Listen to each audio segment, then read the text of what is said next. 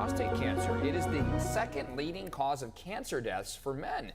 So joining us live in the studio here, Dr. Aditya Bagrodia with UC San Diego Health to talk more about prevention and tips here. So Movember's coming up. That's where we try to grow mustaches and beards. Us on air, we really can't do that. And my mustache isn't great anyway. But this is the time of year where we're starting to think about men's health. We really should be thinking about it all year long, doctor. But specifically prostate health. Can you talk a little bit about that this morning and why it's so important?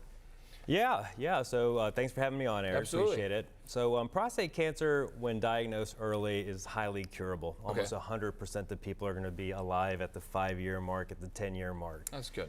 And we're lucky when it comes to prostate cancer. We have screening tests. Some of you may have heard of a PSA. That's a blood test.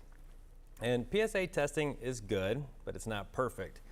Your PSA can be elevated due to benign enlargement of the prostate, recent sexual activity, Sure. inflammation within the prostate.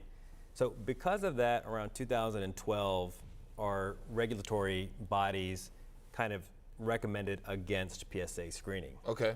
And that led to more people being diagnosed with prostate cancer has spread. So we're kind of coming back full circle. Sure, we realized that was an error that was made by our regulatory groups. And now we've not only have PSA, but better test biomarkers, which are newer blood tests, urine tests that not everybody knows about. Yeah. In addition, there's imaging, MRI of the prostate that can help us. Do you have to go out. in and get the imaging and actually get tests and all that, or is there anything men can do at home to try to figure out if they have? I mean, the first thing is to talk to your primary care physician about prostate cancer screening and a PSA. Okay. Then, based on that, advocate to see a urologist and talk about some of these biomarkers, some of the imaging, because not everybody knows about them, but we can do a better job of sorting out who's got a high likelihood of having an aggressive, dangerous cancer, and who may just have a kind of a benign inflammatory condition or other benign condition. As far as technology is concerned, how have we gotten better in detecting this over the years? Sure. So PSA has been the backbone for 40 years, and it's okay. It's not perfect. So we found newer biomarkers, blood tests, urine tests that can tell us a little bit more accurately, are you likely to have a cancer, and if you have a cancer, is it going to be an aggressive cancer?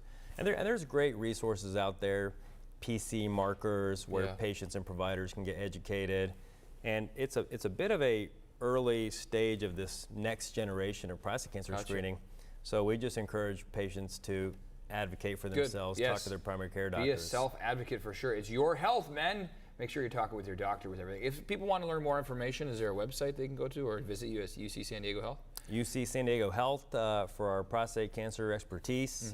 PC markers is great in terms of educating yourself on the biomarkers, but a lot of good resources out there. Thank you, doctor. Stay with us. We're taking a quick break.